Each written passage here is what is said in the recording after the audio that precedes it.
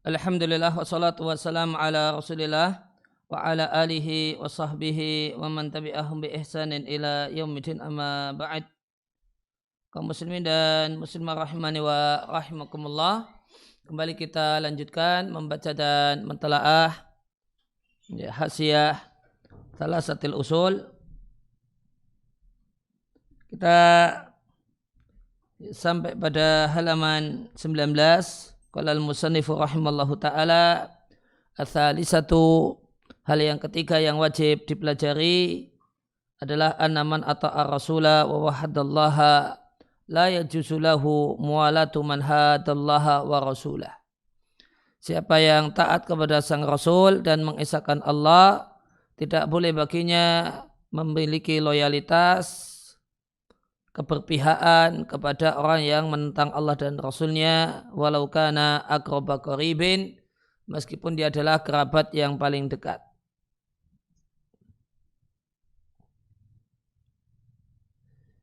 Penjelasannya, qala syarih rahimallahu ta'ala, poin yang ketiga dari 3 poin yang wajib atas setiap mukallaf untuk mengetahuinya, kemudian meyakininya dan mengamalkan konsekuensinya adalah siapa yang taat kepada Rasul dalam apa yang Rasul perintahkan dan menjauhi manaha anhu, apa yang Rasul larang, dan mengesahkan Allah dalam ibadah kepadanya,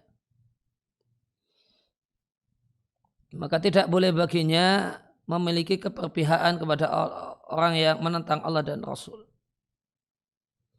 Bal yajibu alaihi, bahkan wajib baginya ayusarimahum wa yuqati'ahum,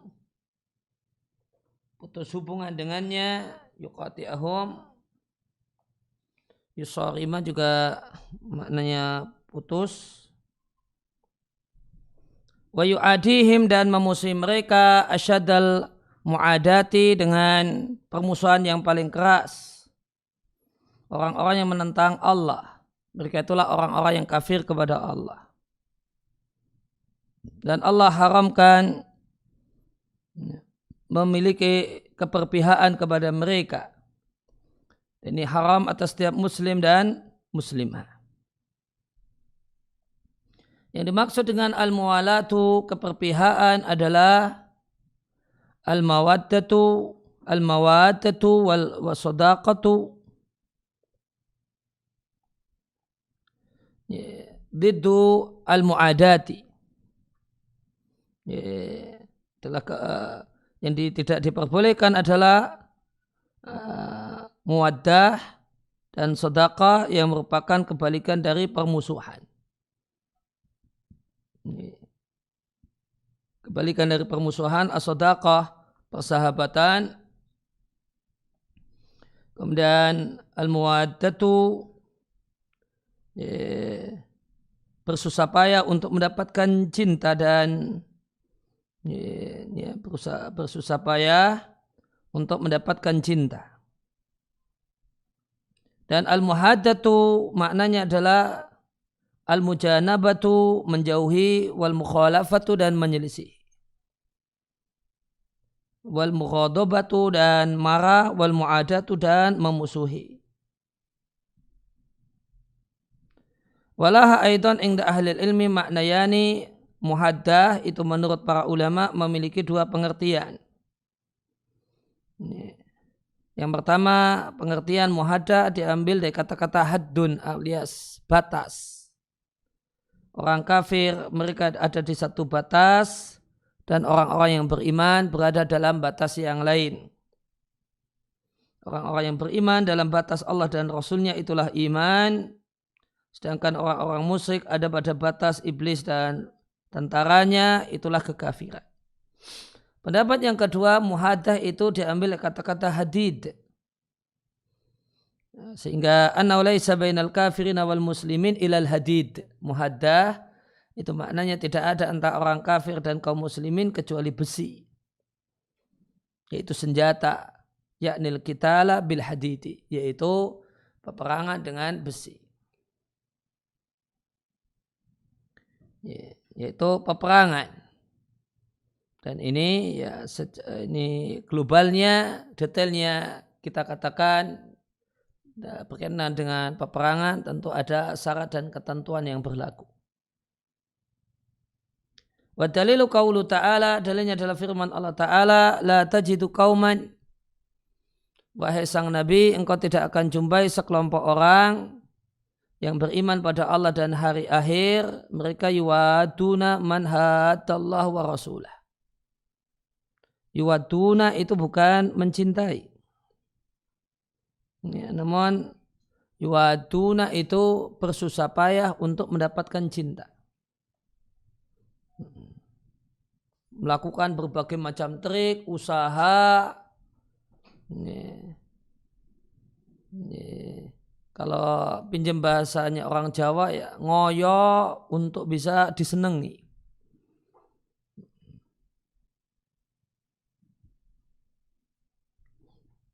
Engkau tidaklah menjumpai sekelompok orang yang beriman pada Allah dan hari akhir, yuwaduna bersusah payah untuk supaya disenangi oleh, disukai oleh orang-orang yang hadallah wa rasulahu, menentang Allah dan Rasulnya.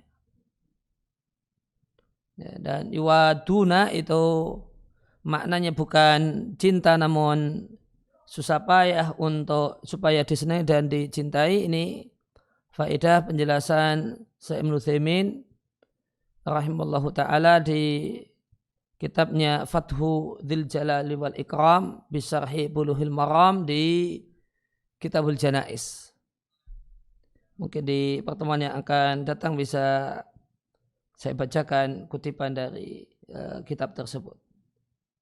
Walau kanu aba'ahum, meskipun mereka yang menentang Allah dan Rasulnya itu adalah ayahnya, anak laki-lakinya, saudaranya, keluarganya.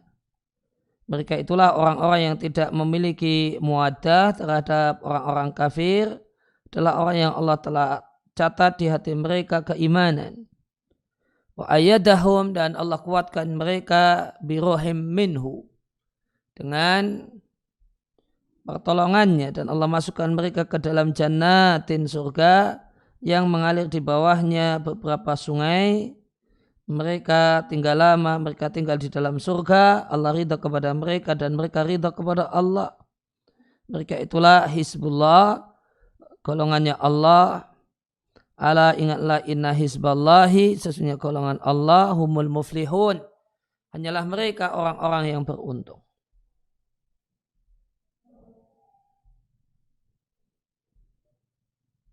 Nah, tentang makna ayat, ay walau kana man hadallahu wa rasulahu ibnaka, meskipun orang yang menentang Allah dan Rasulnya itu adalah anak laki-lakimu, ayahmu, saudara laki-lakimu, atau keluargamu, maka sungguh Allah telah memutus hubungan, watawaduda, memutus hubungan rasa cinta atau kemudian bersusah payah untuk mencintai dan dicintai. Wa ta'akula wa tawarusa, hubungan saling mewarisi, dan hubungan ta'akula. Ta'akul di sini berkenaan dengan al-aqilah, berkaitan dengan istilah aqilah. Aqilah itu berkenaan dengan pembunuhan tidak sengaja. Kalau jika terjadi pembunuhan tidak sengaja, maka kemudian tidak ada qisas, adanya bayar diyat. Kewajiban diyat itu dibebankan oleh syariat kepada al-aqilah,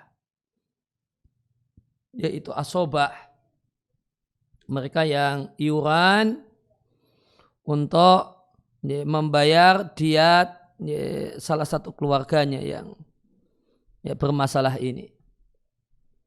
Maka ta'akula artinya saling membayar diyat.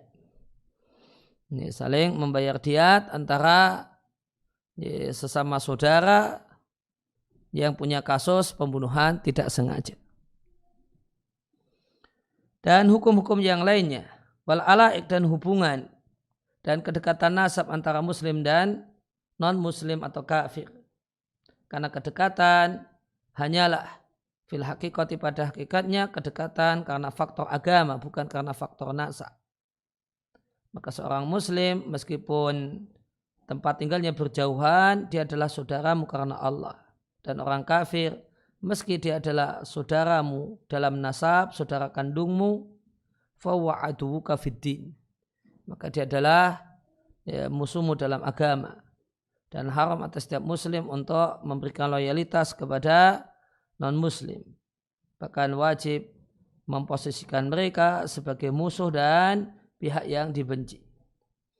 Dan la tajidu qauman adalah khitabun ditujukan pada Nabi SAW. Bahasanya sang Nabi tidak menjumpai sekelompok orang yang beriman pada Allah dan hari akhir. Dan dia telah menunaikan iman wajib.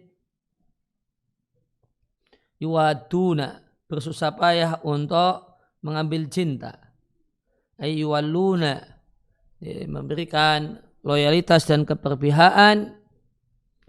Wa yuhibbuna, dan mencintai orang-orang yang menentang Allah dan Rasulnya. Mereka itulah orang-orang kafir. Meskipun aqraba qaribin, kerabat yang demikian dekat. Maka iman tidak terkumpul bersama rasa cinta kepada para musuh Allah. Bahkan tidak engkau jumpai orang-orang yang beriman kecuali dia menentang orang yang menentang Allah dan Rasulnya. Memusuhi orang yang memusuhi Allah dan Rasulnya. Karena muwaddah dan muhabbah itu adalah mufa'alatun minal mahabbah. Bentuk sirah mufa'alah dari kata-kata mahabbah, cinta. Maka kalau penjelasan pensara, muwaddah itu artinya saling cinta. Wala raiba, dan tidaklah ragu bahasanya iman wajib itu yujibu, mengharuskan muhadata man, menentang orang yang menentang Allah dan Rasulnya. Kama annahu yastalzimu, sebagaimana mengharuskan mencintai orang yang mencintai Allah dan Rasulnya dan loyal kepada mereka. Faman walal kafirin, maka siapa yang memiliki keberpihakan kepada orang kafir, maka dia telah meninggalkan salah satu kewajiban iman dan berhak untuk ditiadakan dari iman. Kama fin nusus, sebagaimana dalam banyak nas. Contohnya di sini, tidaklah engkau jumpai orang yang beriman begini-begini, berpihak. Maka berarti yang berpihak, maka dia tidak beriman. Tidak beriman berarti sama dengan peniadaan iman. Dan peniadaan iman di sini maknanya adalah peniadaan salah satu kewajiban dalam iman. Mustahaqqa yunfa'anhu al-iman, dan dia berhak untuk mendapatkan label ditiadakan iman darinya. Namun wala yalzamu minafihi, peniadaan iman tidak berkonsekuensi peniadaan iman dari mereka. Orang yang punya loyalitas dan keberpihakan kepada orang kafir tidak berkonsekuensi tidak adanya iman bil kulliyah secara total.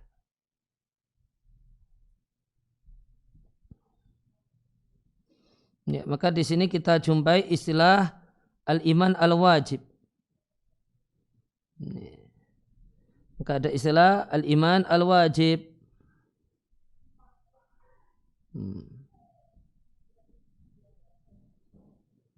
Kemudian maka iman itu disebut dengan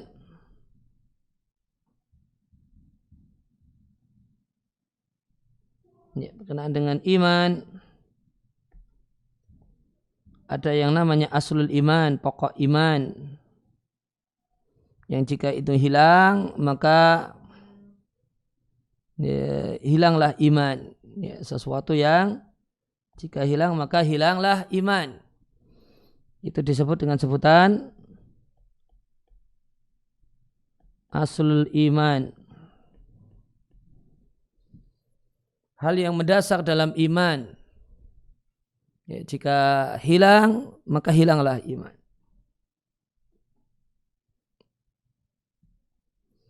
Kemudian ada istilah al-iman al-wajib.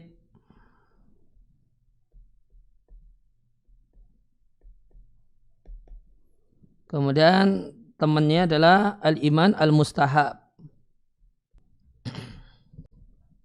Ya, kemudian maka hal-hal yang wajib dalam iman itu disebut dengan istilah al-iman al-wajib. Maka orang yang tidak memiliki al-iman al-wajib itu adalah orang yang taroka wajiban min wajibatil iman. Meninggalkan salah satu hal yang wajib dalam iman. Kemudian hal-hal yang hukumnya mustahab dalam iman disebut dengan sebutan al-iman al-mustahab.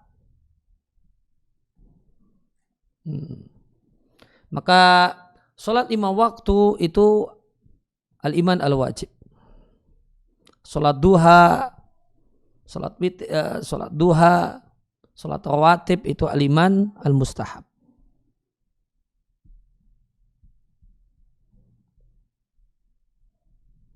Nah, perlu diketahui bahasanya hilangnya aslul iman dan hilangnya iman wajib itu menyebabkan orangnya berhak untuk mendapatkan nafyul iman, peniadaan iman. Jadi label nafyul iman itu hanya tertuju pada aslul iman dan al-iman al-wajib. Di sini ada nafyul iman. Tidak ada nafyul iman untuk al-iman al-mustahab. Maka orang yang tidak sholat duha tidak bisa kita katakan dia tidak beriman. Tapi orang yang tidak puasa Ramadan bisa dikatakan dia tidak punya iman. Tiada iman pada dirinya.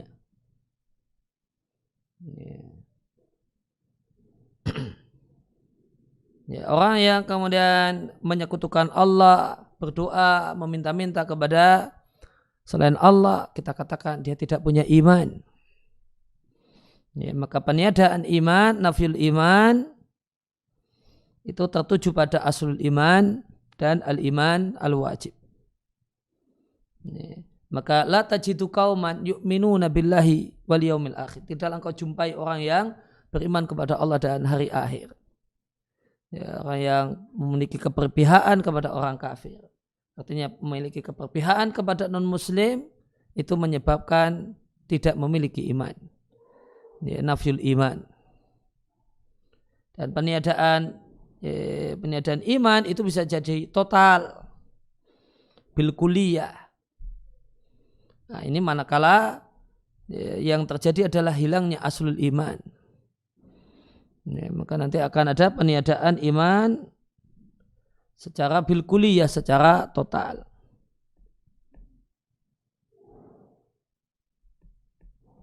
Atau peniadaan imannya juz'iyah, parsial. Ya, jika itu tidak sampai ketiadaan, tidak terjadi pada aslul iman.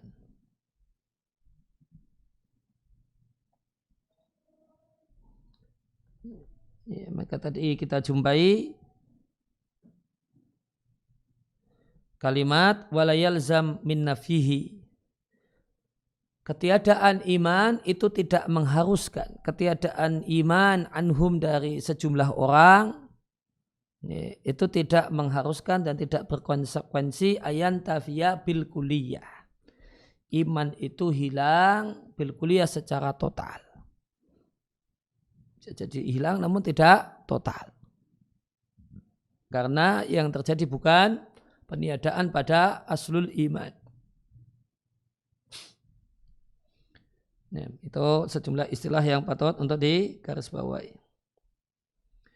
Kemudian selanjutnya la yuwaduna, mereka tidak bersusah payah untuk dicintai dan disukai oleh orang-orang yang menentang Allah dan Rasulnya meskipun adalah kerabat sendiri. Sebagaimana firman Allah Ta'ala, orang-orang yang beriman la yattakhidul mu'minuna al-kafirina awliya. Orang-orang yang beriman tidaklah menjadikan orang-orang kafir sebagai awliya. Awliya itu maknanya apa? asdiqa, sahabat dekat, ya, kawan dekat, wa ashab dan sahabat. Min dunil mu'minin, dengan meninggalkan orang-orang yang beriman. Siapa yang melakukan hal itu, falaisa minallahi fi syai', maka Allah berlepas diri darinya. Al-ayat. Demikian juga firman Allah Ta'ala, katakanlah wahai sang Nabi, ingkana jika ayahmu, anakmu, saudaramu, istrimu dan keluargamu dan seterusnya lebih kalian cintai dibandingkan Allah dan Rasulnya. Wa khatama, dan Allah tutup ayatnya dengan wallahu la yahdil qaumal fasiqin. Allah tidak memberikan petunjuk pada orang-orang yang fasik. Maka orang-orang yang lebih mencintai keluarganya, ayah dan ibunya dibandingkan Allah dan Rasulnya, Allah namai mereka dengan nama dan label fasik karena tindakannya lebih mencintai. Ai ulaika, maka mereka orang-orang yang tidak bersusah payah mengambil cintanya orang-orang, ya, mengambil cintanya orang-orang kafir, Allah tetapkan keimanan di hati mereka. Wa arsahu, dan Allah kokohkan. Fahiya muqinatun wa mukhlisatun.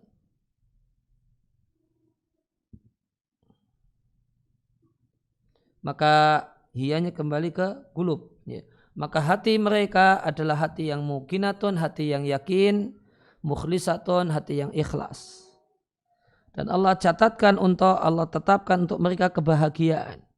Wa zayyana, dan Allah nampakkan indah iman dalam mata hati mereka.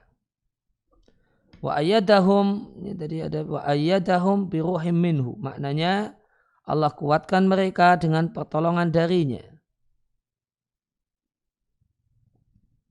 Wa nawwara qulubahum, Allah terangi hati mereka dengan iman, dengan Al-Quran dan hujah-hujah Al-Quran.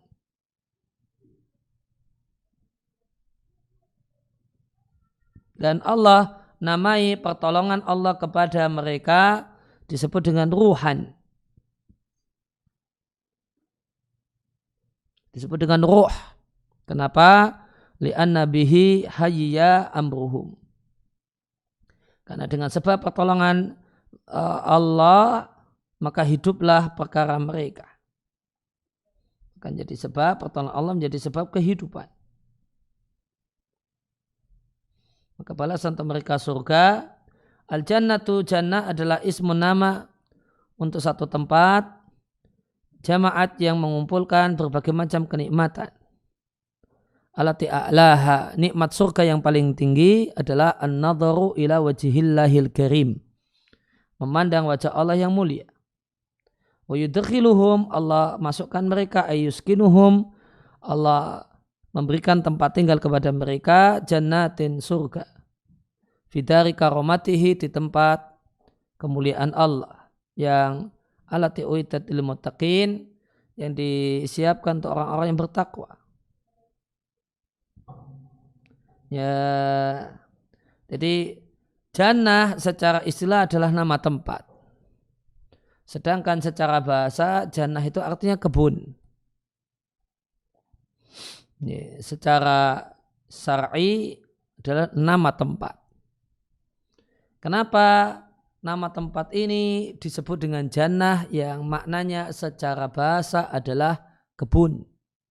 Wasumiyat bismil basatin, basatin jamak dari bustan, maka dinamai tempat ini dengan nama kebun. Li'annaha asjarun muthmiratun, karena isinya adalah pohon-pohon yang berbuah. Wa anharun jariyatun, dan sungai-sungai yang mengalir airnya, dan istana-istana yang tinggi bangunannya kemudian mengalir di bawahnya, yaitu di bawah pohonnya dan di bawah tempat-tempat huniannya air. Fil anhar, di sungai. Dan sungai surga itu tidak bisa dibayangkan oleh manusia. Kesulitan untuk orang untuk membayangkannya. Ya, orang kesulitan untuk membayangkan sungai surga. Kenapa? Wafil hadis disebutkan di hadis, sungai-sungai surga itu tidak memiliki cekungan. Fi ghairi ukhdudin. Tidak punya cekungan. Ini orang nggak bisa membayangkan. Imajinasi orang itu mentok. Ya, karena sungai di surga, sungai di dunia yang dilihat oleh manusia di dunia yang dikenal, sungai itu ada cekungannya. Sehingga ada das, daerah aliran sungai. Kalau sungai tanpa cekungan namanya banjir. Itu ada di mana-mana, di rumah-rumah orang, ya, jalan raya kemudian jadi sungai. Itu namanya banjir. Pilihannya cuma dua. Sungai itu ada, air sungai itu ada di lokasinya. Nah ini sungai. Ya, kalau tidak di lokasinya, dia tidak punya lokasi. Nah, lokasinya sembarang tempat, itu artinya banjir. Enggak ada pilihan yang ketiga, tidak ada ya. Sungai yang diketahui oleh manusia dalam ilmu manusia itu cuma ada dua kemungkinan ini. Ini banjir, kalau enggak ya sungai yang asli gitu. Ya, sedangkan anhar sungai surga itu sebagaimana kata Ibnul Qayyim di An-Nuniyah, ya, tidak pakai cekungan namun juga tidak banjir. Nah, ini kan sulit bayangkannya. Nggak bisa bayangkan. Gimana bukan banjir namun tidak pakai cekungan. Namun tidak ada daerah aliran sungainya. Namun juga tidak banjir. Nah, ya, orang tidak bisa membayangkan. Anharul jannati fi ghairi ukhdudin. Khalidina aida imin, tinggal fi hadi surga. Dan di antara nikmat surga itu adalah yang Allah katakan di surat Al-Kahfi, la yabghuna anha hiwala. Mereka tidak cari dan mereka tidak mencari dan tidak meminta pindah. Tidak ada orang yang ingin mutasi di surga itu. Di dunia banyak orang ingin mutasi, jabatannya tinggi, namun ingin mutasi pindah ke sana. Kenapa? Karena sana tempat orang tua, sana kampung halaman, sana tempatnya istri dan sebagainya. Padahal sudah kedudukannya sudah enak di sana, tapi mutasi pindah ke ini, ya, ke tempat istri, ke tempatnya sendiri atau tempat orang tua gitu. Padahal hidupnya sudah enak. Nah itu menunjukkan kalau kurang enak masih minta mutasi. Begitu sempurnanya nikmat surga, penduduk surga itu tidak ada yang minta mutasi. Sudah di sini saja.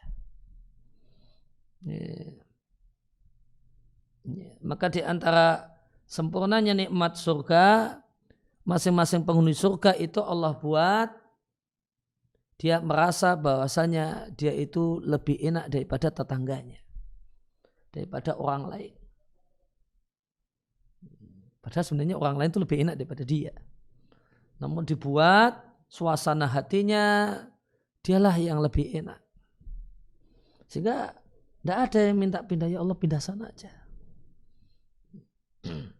Kebalikannya adalah keadaan neraka. Ya, sempurnanya supaya sempurna adab di neraka, ya, Nabi sampaikan orang yang paling ringan siksaannya di neraka itu merasa dia adalah orang yang paling berat siksaannya.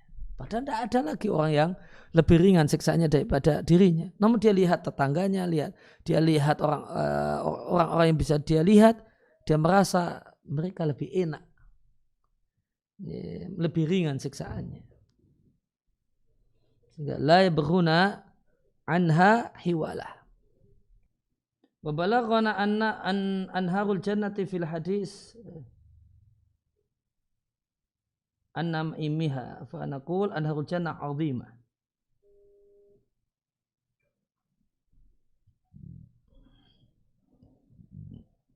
Qala Ibnu Katsir fa wasfuha bi annaha tajri min tahtiha al-anhar.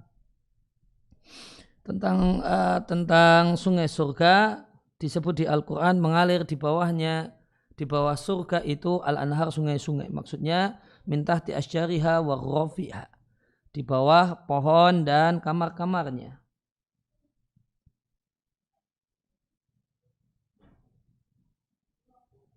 Ibnul Qayyim mengatakan, anharul jannati wa in jarat fi ghairi ukhdudin laisa fi majrin yushakku fil ardi faya tahtal kusuri wal manaziri wal ghafi wa tahtal asjari.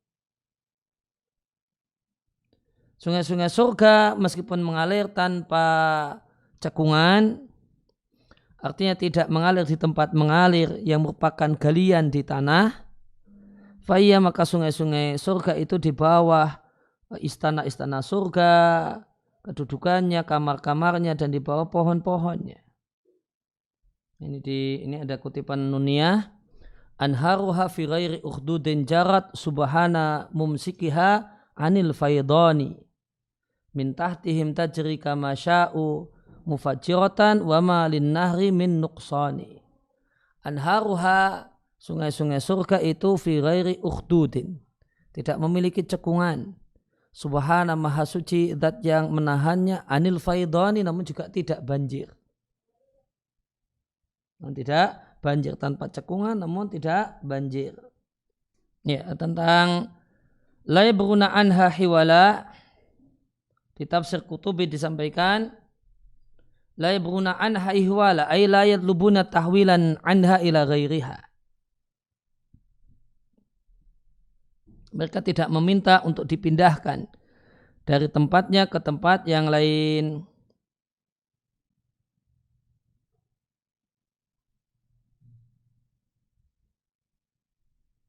Dan bisa juga dimaknai hiwala di sini dari kata-kata hilah. Ini artinya upaya, trik, strategi. Sehingga artinya la yabruna anha hiwala, mereka tidak melakukan hilah pada kedudukan orang lain. Itu di tafsir Qurtubi, kita lihat tafsir Ibnu Katsir. Di tafsir Ibnu Katsir, la yabruna anha hiwala ay la yakhtaruna ghairaha. Mereka tidak memilih tempat yang lainnya. Wala yuhibbuna siwaha. Mereka tidak cinta kecuali tempatnya.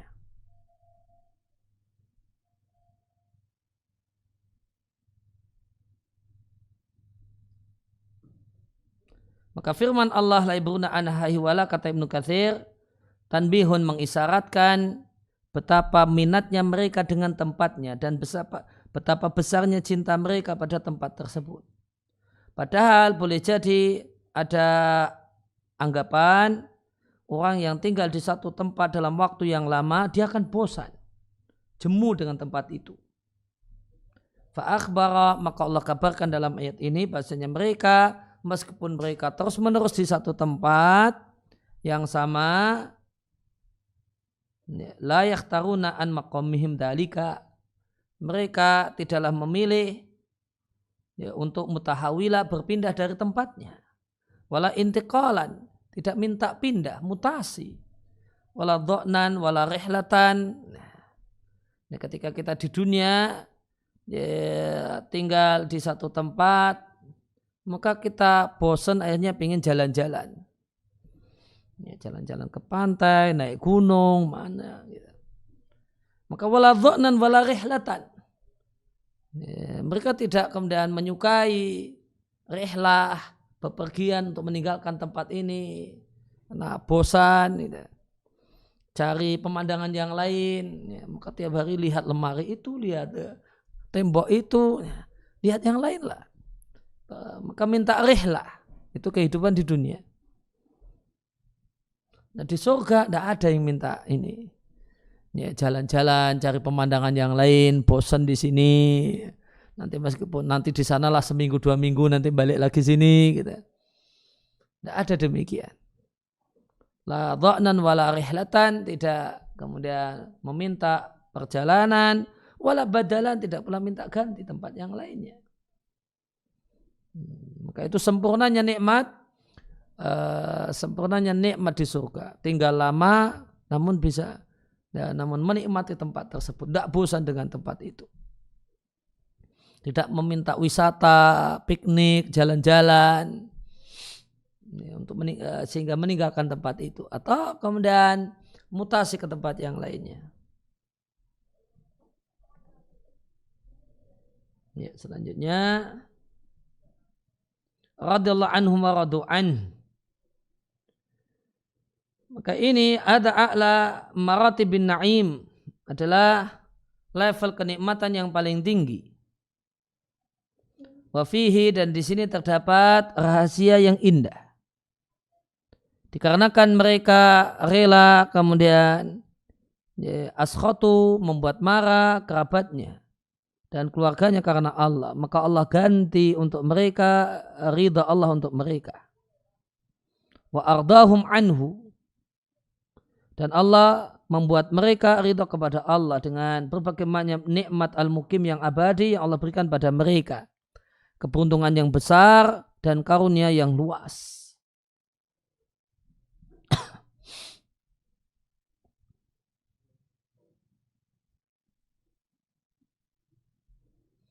Walamma dzakara hadhihi ni'am,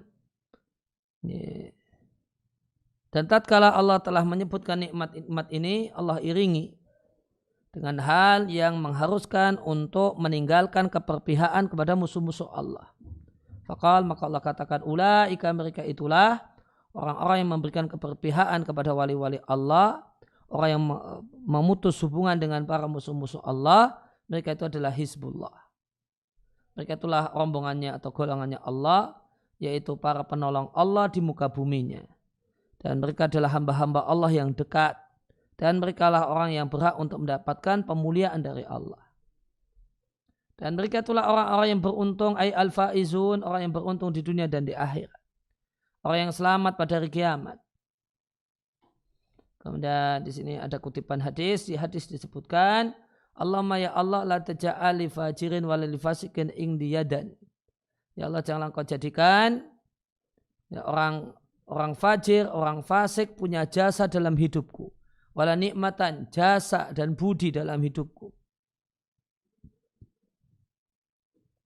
Karena sungguh aku jumpai dalam wahyu yang kau berikan kepada aku, la tajidu qauma yu'minu billahi wal yawmil akhir yu'aduna man hadallahu wa rasulah.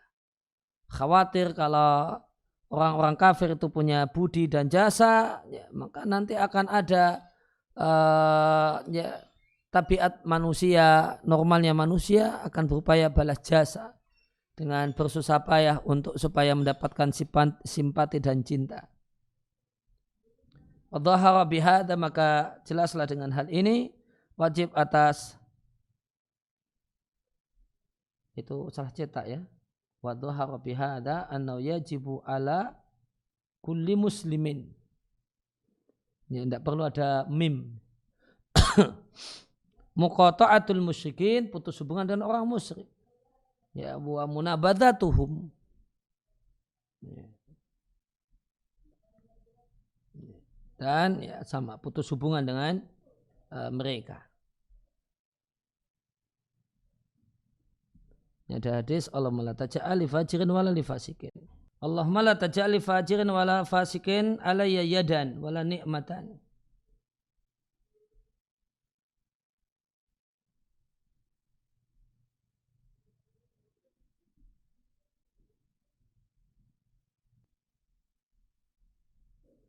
Tentang hadis ini, dzakara Al-Ghazali fil Ihya. Di sini disebutkan oleh Al-Ghazali di Ihya Ulumuddin, Allahumma la taj'al li fajirin indi yadan fayuhibbuhu qalbi. Ditakhid oleh Al-Hafidh Al-Iraqi di takhid beliau untuk Ihya Ulumuddin Al-Mughni an Hamlil Asfar di dua tempat. Di tempat yang pertama, beliau mengatakan dikeluarkan oleh Ibnu Bardawih di tafsirnya dari riwayat Katsir ibn Atiyah dari seseorang yang tidak disebutkan namanya. Dan diriwayatkan oleh Abu Mansur Ad-Dailami dalam Musnad Firdaus dari Mu'ad dan Abu Musa Al-Madini di kitabnya Tadi'ul Umri. Kemudian disebutkan oleh Ghazali di tempat yang kedua di Ihya Ulumuddin, Allahumma la taj'ali kafirin alayya yadan. Kemudian dikomentari oleh Al-Hafidh Al-Iraqi, diriwayatkan oleh Abul Mansur Ad-Dailami dalam Musnad Firdaus dari Mu'ad bin Jabal dengan sanad yang dhaif, munqati', putus.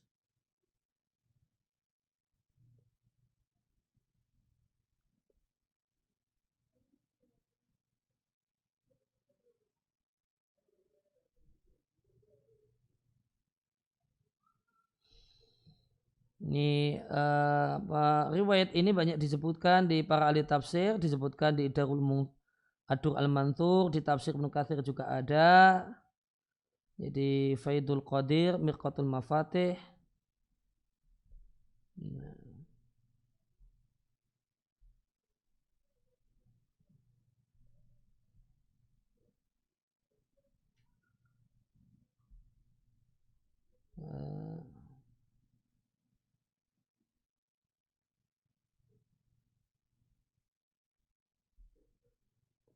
Kutipan dari Durar, kalau pakai Durar dicari Allah la taj'al li fajrin indi layayad dan fayuhibbuhu qalbi. Al-Hafidh Al-Iraqi mengatakan, diriwayatkan oleh Katsir Ibn Atiyah dari seseorang yang tidak disebutkan namanya dan semua sanadnya dhaif.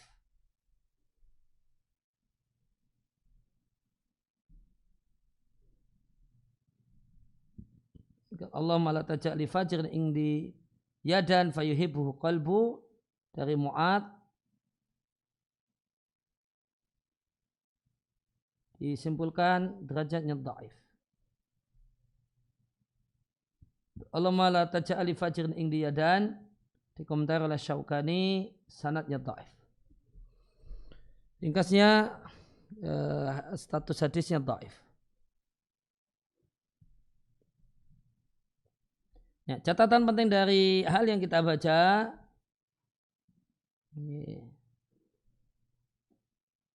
bahasanya ayat poin yang sedang kita baca dan ayatnya tidaklah melarang adanya cinta yang alami kepada non-muslim. Karena dia kerabat, karena dia orang tua, karena dia tetangga yang baik.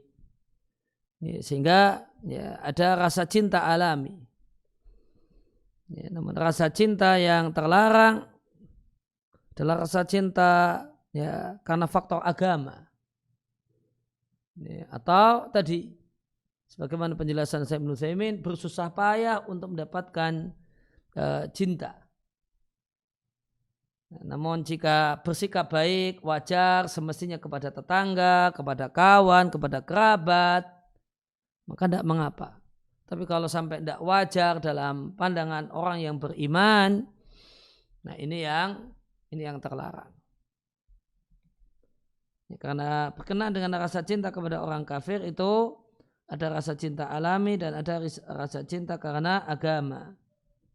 Sebagaimana penjelasan Ibnu Katsir ketika menjelaskan surat Al-Qasas 56. Innaka la tahdi man ahbabta walakin Allah yahdi man yasha.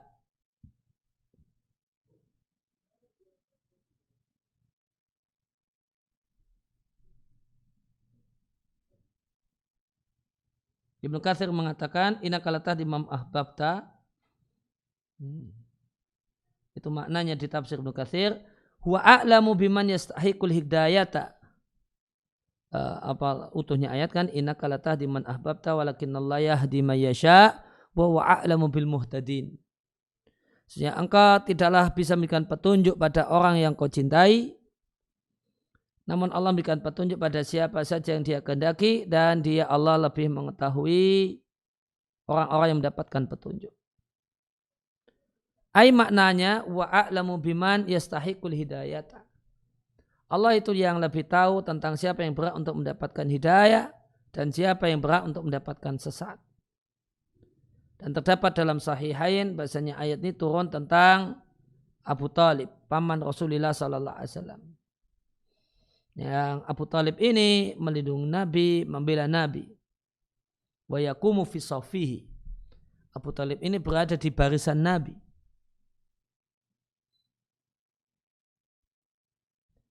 Wa yuhibbuh, dan Abu Talib ini cinta sama Nabi, hubban syadida, cinta yang sangat besar. Namun kata Ibnu Katsir, cintanya Abu Thalib kepada Nabi itu huban tabi'iyan la syar'iyan.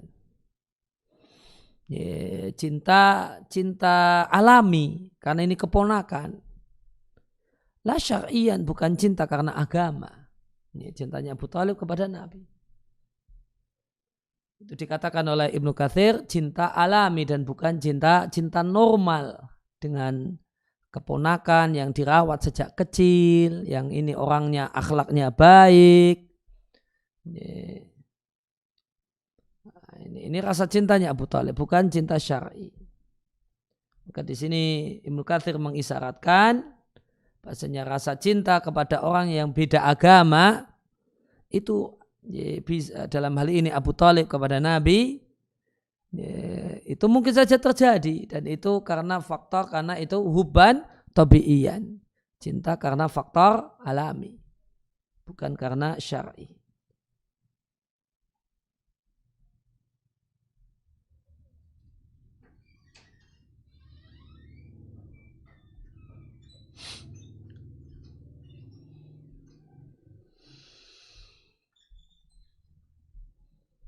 Jadi yang terlarang, yang kemudian di poin pembahasan yang ketiga dan ayat yang terkait dengannya adalah cinta karena faktor agama dan tidak melarang adanya cinta tabi'i, cinta yang alami kepada dalam hal ini non muslim. Kemudian kita lanjut ke halaman 22.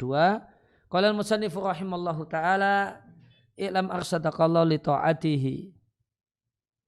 Katailah agar Allah, semoga Allah memberikan petunjuk kepadamu untuk taat kepadanya. Annal hanifiyata milata Ibrahim, bahasanya hanifiyah milah Ibrahim adalah anta'budallaha mukhlishan lahu dina. Engkau menyembah Allah dengan memurnikan ibadah hanya untuk Allah. Wa bidzalika amarallahu jami'an nasi, dan hal itu adalah satu hal yang Allah perintahkan kepada semua manusia. Wa khalaqahum laha, dan Allah ciptakan semua manusia untuk itu. Sebagaimana firman Allah Ta'ala, wa ma khalaqtul jinna wal insa illa liya'buduni. Tidaklah aku ciptakan jin dan manusia kecuali supaya mereka menyembahku.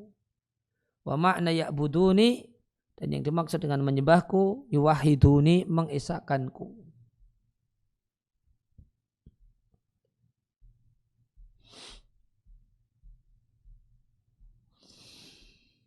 Ya, penjelasannya. Arsyadaka li ta'atihi artinya semoga Allah memberikan hidayah kepadamu, memberikan taufik kepadamu untuk melakukan hal-hal yang manfaat bagimu di dunia dan di akhiratmu. Ar-rusydu maknanya al-istiqamatu ala tariqil haqqi. Istiqamah di atas jalan kebenaran, diddul ghayyi. Ini kebalikan dari kesesatan. Ayat Hanifiyah yaitu jalan dan syariat sang kekasih Allah Ibrahim dan semua para nabi alaihimussalam. Hanifiyah adalah sebagaimana penjelasan musannif. Engkau menyembah Allah dengan memurnikan ibadahnya untuk Allah. Fahadi, maka inilah hakikat milah Ibrahim. Beribadah kepada Allah dengan penuh ikhlas. Dan ikhlas itu maknanya ya karena cinta kepada Allah dan menginginkan melihat wajah Allah. Dan beribadah kepada Allah dengan ikhlas dan meninggalkan ibadah kepada selain Allah, itulah yang disebutkan dalam firman Allah Ta'ala, thumma auhayna ilaika, dan kami wahyukan kepadamu, anittabi' millata Ibrahim hanifa. Ikutilah milah Ibrahim yang hanif, yang condong kepada tauhid. Wa makana minal musyrikin, dan Ibrahim bukan bagian dari orang musyrik. Dan firman Allah Ta'ala, sesungguhnya Ibrahim kana ummatan, dia adalah seorang panutan, seorang teladan, qanitan, seorang yang sangat tunduk kepada Allah, hanifan, condong pada kebaikan dan ketaatan, walam yaku minal musyrikin, dan tidak termasuk orang-orang musyrik. Hanif itu mustaqun, diambil kata-kata al-hanf, maknanya adalah condong. Maka hanif adalah al-ma'il, orang yang condong namun condong an, menjauhi, tidak suka. Condong an itu ya, terjemah bebasnya ya, tidak punya respek, tidak tertarik, tidak punya perhatian, ya, tidak punya kecenderungan dengan kemusyrikan. Kenapa? Dan itu qasd dan sengaja. Ya, kemudian dan dia di samping an namun juga ila, ma'il ila tauhid. Ma'il ila itu terjemah bebasnya ya minat, tertarik, cenderung, suka, ya, gemar pada tauhid. Maka hanif adalah al-mustaqim, orang yang lurus dan seorang yang memegangi Islam. Seorang yang mukbil alallahi, memberikan perhatiannya kepada Allah, al-mu'rid an kulli ma siwahu, dan cuek masa bodoh dengan selainnya. Dan hanif adalah sebutan untuk semua orang yang berada di atas agama Ibrahim alaihissalam, yaitu tauhid.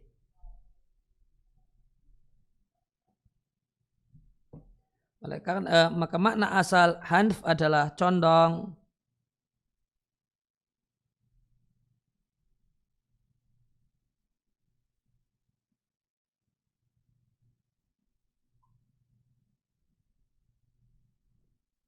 Sehingga ada istilah ahnaf. Orang yang kakinya bengkok disebut dengan ahnaf.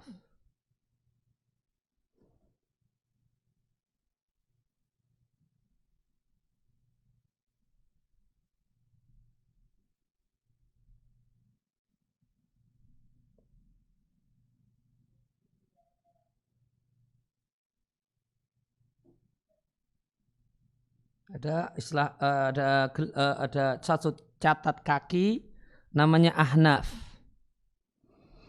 Ahnaf itu orang yang kakinya bengkok ke dalam. Man yamshi ala dhahri qadamaihi. Orang yang berjalan pakai punggung telapak kakinya. Kakinya bengkok sehingga dia jalannya pakai ya enggak normal, jalannya pakai punggung ini telapak kaki bagian atas yang punggung, itu gini jalannya.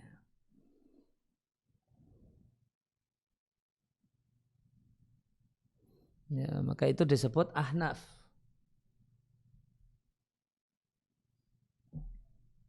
Ya enggak normal, enggak lurus.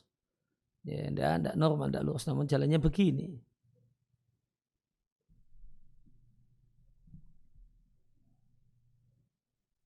Dan itulah yang Allah perintahkan kepada semua manusia dan Allah ciptakan karenanya, yaitu Allah perintahkan untuk ikhlas dalam semua hal yang Allah perintahkan kita untuk beribadah kepada Allah dengannya. Alladzi huwa millatu Ibrahim, yang itu adalah milah Ibrahim. Hal ini Allah perintahkan pada semua orang dan Allah ciptakan semua tsaqalaini, dua golongan jin dan manusia, laha untuk itu. Wa ma khalaqtul jinna wal insa illa liya'buduni, maknanya adalah tidaklah Allah Subhanahu wa taala aujada menciptakan tsaqalain, dua golongan jin dan manusia, kecuali untuk hikmah yang agung. Dan hikmah yang agung ini adalah beribadah kepada Allah semata tanpa menyekutukannya dan meninggalkan ibadah kepada selain Allah.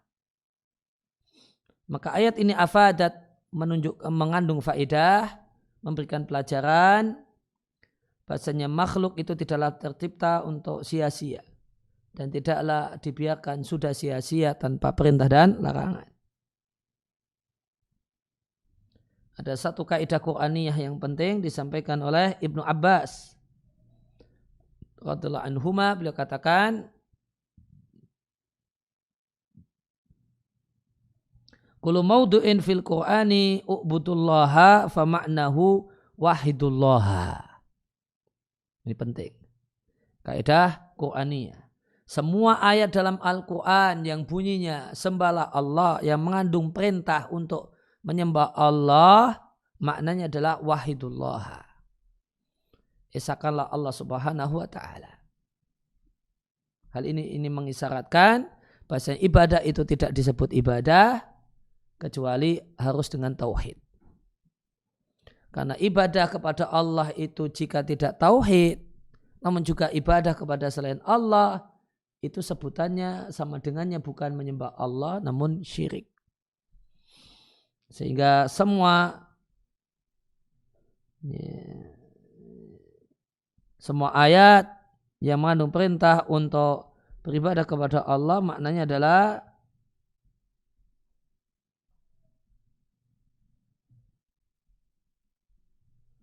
esakanlah Allah subhanahu wa ta'ala.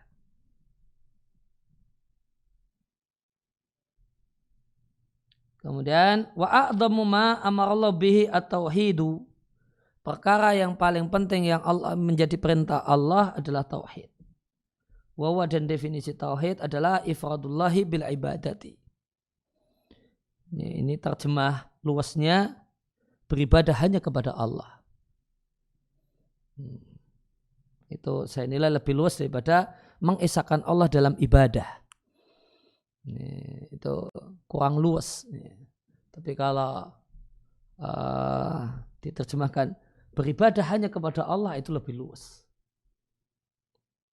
Wa a'dhamu ma nahallahu anhu asyirku.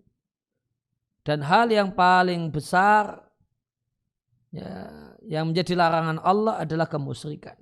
Wa dan definisi kemusyrikan adalah dakwatu ghairihi ma'ahu. Berdoa kepada selain Allah ma'ahu di samping kepada Allah.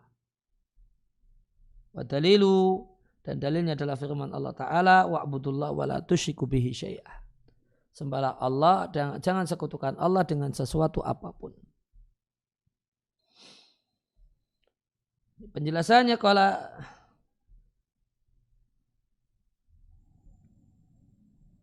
syarih rahimallahu ta'ala, masih ada kutipan lagi perkataan Ibnu Abbas. Kalau tadi Ibnu Abbas mengatakan kullu maudu'in fil Qur'ani ubudullah fa ma'nahu wahidullah, wa ja'a terdapat aidan juga dari Ibnu Abbas. Ibnu Abbas mengatakan ibadatullahi tauhidullahi. Beribadah kepada Allah adalah mengesahkan Allah. Kenapa demikian? Kan ibadah beda dengan tauhid tadi.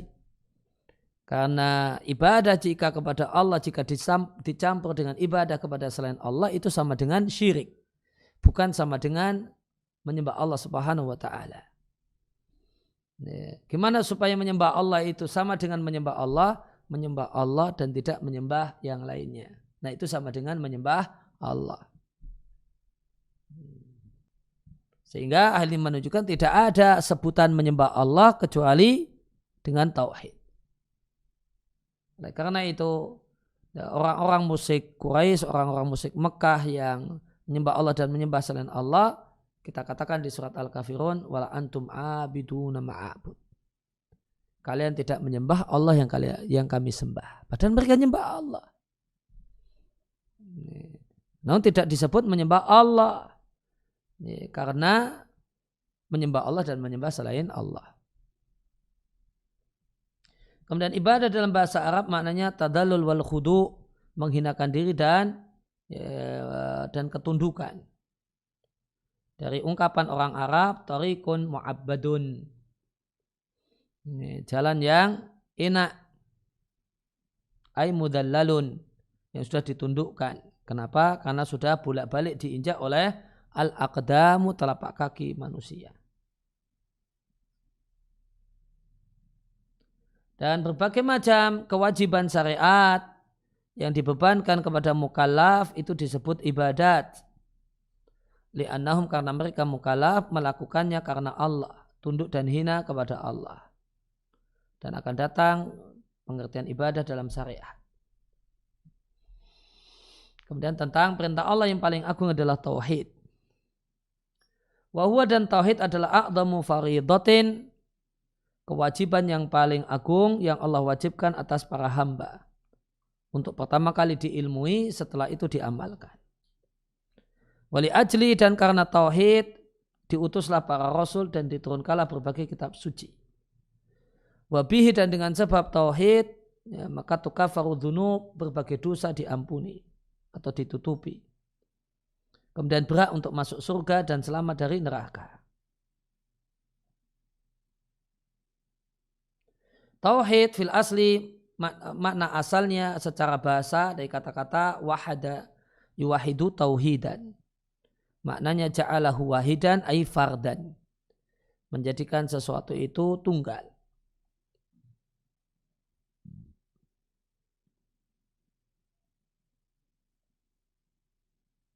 Wa wahadahu, dan mengesakannya. Qala innahu wahidun ahad. Artinya mengatakan dia adalah zat yang esa, zat yang tunggal. Wa qala ilaha illallah, dan mengucapkan la ilaha illallah. Wahidul ahad adalah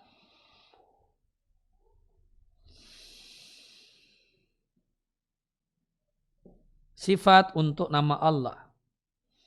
Diikhtisasi karena Allah adalah satu-satunya bil ahadiyah. Satu-satunya zat yang esa.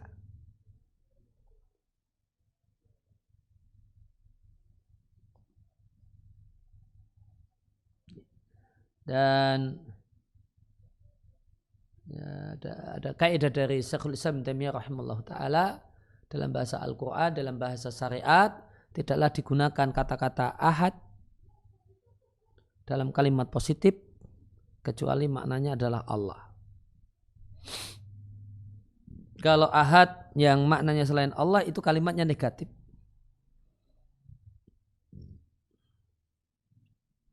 Tidak boleh bagi siapapun. La yajuzu, ada negatifnya. Likuli ahad ayaf ala kada wa kada. Tidak boleh bagi siapapun pakai ahad. Nah, kalimatnya negatif untuk melakukan demikian dan demikian. Kalau ahad kalimatnya positif, itu Allah. Wa aqsamu tauhid salasatun, macam-macam tauhid ada 3. Tauhid dalam rububiyah yaitu al-ilmu, yakin bahasanya Allah adalah Rabb segala sesuatu dan penciptanya. Yang kedua, tauhid asma wa sifat, nama dan sifat Allah. Yaitu Allah ditetapkan baginya sifat bima huwa wasofa bi nafsahu, dengan sifat yang Allah berikan untuk dirinya, dan sifat yang Allah yang diberikan oleh Rasulullah sallallahu alaihi wasallam. Yang ketiga, tauhid ilahiyah, memurnikan ibadah untuk Allah semata bijami'i afradi al-ibadati, dalam semua satuan ibadah. Ini mungkin yang perlu dijelaskan, afradil ibadah.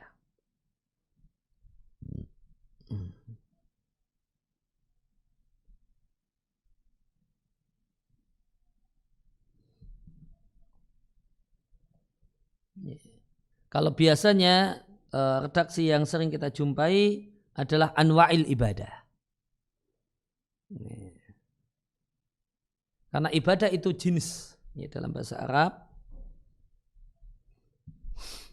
Dalam bahasa Arab, ibadah itu jenis.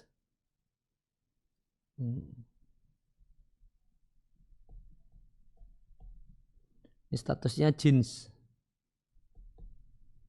Nah, di bawahnya jenis itu ada namanya nau'. Nanti di bawahnya nau' itu fardun atau afrad, jamaknya afrad.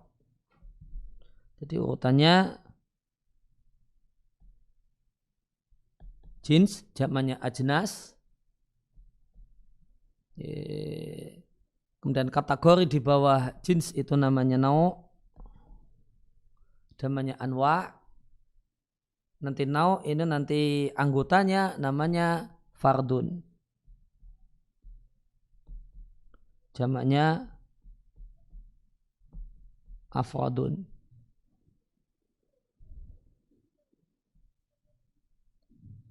Nah, maka ibadah itu jenis. Ibadah itu jenis, kategori besar. Yang dia punya kategori di bawahnya. Nah, kategori di bawahnya itu namanya nau'ul ibadah. Nau'ul ibadah contohnya sholat. Contohnya puasa, zakat, haji, menyembelih, nazar dan seterusnya. Itu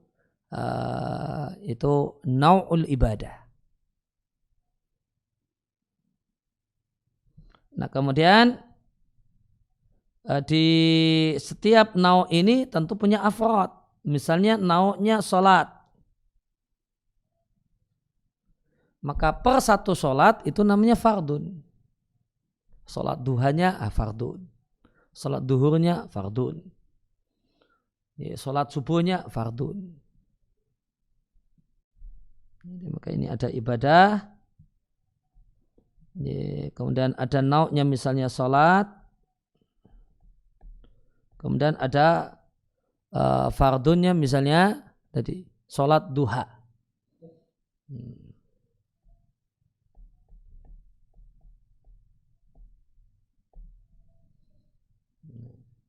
Maka tadi disampaikan nama tauhid uluhiyah adalah mengesahkan Allah dalam afradul ibadah. Kalau mau menggunakan afradul ibadah atau kemudian dalam ibadah atau pakai anwa'ul ibadah, itu intinya sama sebenarnya. Maka kalau pakai afradul ibadah itu ya sampai ke satuan, ya, ke satuannya, setiap sholatnya itu ditujukan hanya untuk Allah, bukan untuk yang lainnya. Wa ikhlasul ibadati lillahi wahdahu bi jami'i afradil ibadah.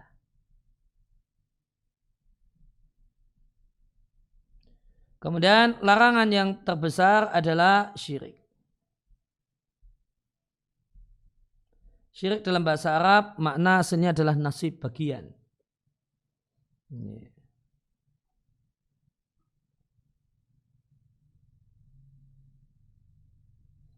Ya, oleh karena itu ada syirkah, gitu. Ya, usaha bersama, bisnis bareng disebut syirkah. Karena masing-masing punya bagian kepemilikan. Wasmun man asyroka billahi. Syirik itu secara bahasa bisa artinya bagian dan nama untuk orang yang menyekutukan Allah. Dan syirik adalah dosa paling besar yang dengannya Allah didurhakai. Wa ayu dzambin a'dzam. Dan dosa apa yang lebih besar dibandingkan orang yang menjadikan bersama Allah sekutu dalam uluhiyah atau rububiyah atau nama dan sifatnya. Sebagaimana kemusyrikan adalah kezaliman yang paling zalim, kebatilan yang paling batil. Fahuwa, maka kesyirikan itu juga menghancurkan rububiyah dan melecehkan uluhiyah. Dan perhatikan kemusyrikan itu adalah su'udzan bi rabbil alamin. Buruk sangka kepada Rabb semesta alam. Semua bentuk kemusyrikan itu buruk sangka. Ini adalah buruk sangka ketika seorang beranggapan ada makhluk Allah yang serupa dengan Allah. Itu buruk sangka kepada Allah. Wa akbarul ma'asi, maksiat yang paling buruk. Li'annahu kana syirik adalah taswiyatun lil makhluqin naqisi. Menyamakan makhluk yang naqis, yang cacat, yang tidak sempurna bil khaliqil kamil, dengan sang pencipta yang sempurna, sempurnanya dari semua aspek.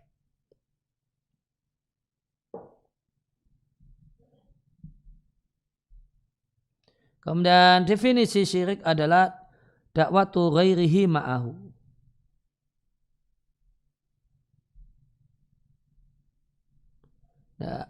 Berdoa kepada selain Allah di samping berdoa kepada Allah. Apa definisi doa? Doa itu tolabu ghairullahi, mengajukan permohonan, permintaan kepada selain Allah di samping kepada Allah. Su'alu ghairihi ma'ahu, meminta kepada selain Allah di samping kepada Allah. Mintanya kepada malaikat, nabi, wali, pohon, batu, kubur, jin. Wal isti'ana, minta tolong kepadanya. Wa tawaju ilaihi, menghadapkan hati kepadanya. Dan bentuk-bentuk nih, anwa'ul ibadah. Wa ghairu dhalika min anwa'il ibadah. Dan nau' ibadah yang lain. Maka isti'ana itu nau' ibadah. Doa dan permintaan kepada selain Allah itu nau' ibadah. Dalilnya firman Allah Ta'ala, wa'budullaha wa la tusyriku bihi syai'a. Sembahlah Allah, jangan sekutukan Allah dengan sesuatu apapun. Maka Allah memerintahkan hamba-hambanya untuk beribadah kepadanya semata dan tidak menyekutukannya.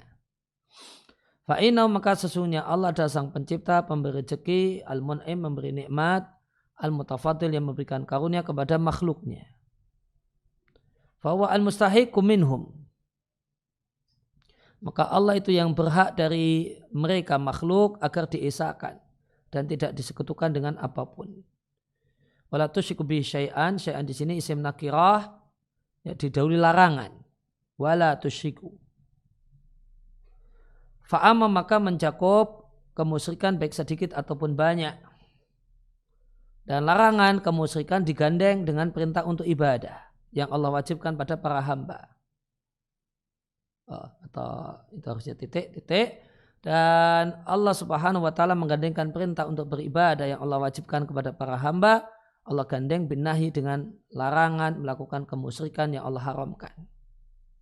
Fadalat, maka ini menunjukkan bahasanya menjauhi kemusyrikan adalah syarat sahnya ibadah. Nah, di sini ada wa'budullah wa la tusyriku bihi syai'a. Kenapa dijadikan satu? Sembahlah Allah, jangan sekutukan Allah dengan apapun. Kenapa digandeng jadi satu? Jawabannya ini, karena menjauhi kemusyrikan adalah syarat sahnya ibadah. Kalau orang beribadah kepada Allah namun tidak menjauhi kemusyrikan, berarti juga beribadah kepada selain Allah, maka sama dengan tidak beribadah kepada Allah. Tapi sama dengannya musyrik. Kemudian ayat ini disebut dengan ayat 10 hak. Li'anna, karena ayat ini memuat 10 hak. Yang pertama, perintah untuk bertauhid. Kemudian disambung dengan 9 hak yang lainnya. Maka dimulai dengan perintah untuk bertauhid dan larang untuk syirik. Maka ini adalah dalil yang paling menunjukkan bahasanya hal ini adalah perkara yang paling penting. Karena Allah tidaklah memulai kecuali yang paling penting kemudian kurang penting. Fadalat, maka ayat ini menunjukkan bahasanya tauhid adalah aujabul wajibat, kewajiban yang paling wajib. Dan kebalikan tauhid yaitu syirik adalah a'zamul muharramat, ya, adalah hal yang paling haram atau hal yang haram yang paling besar.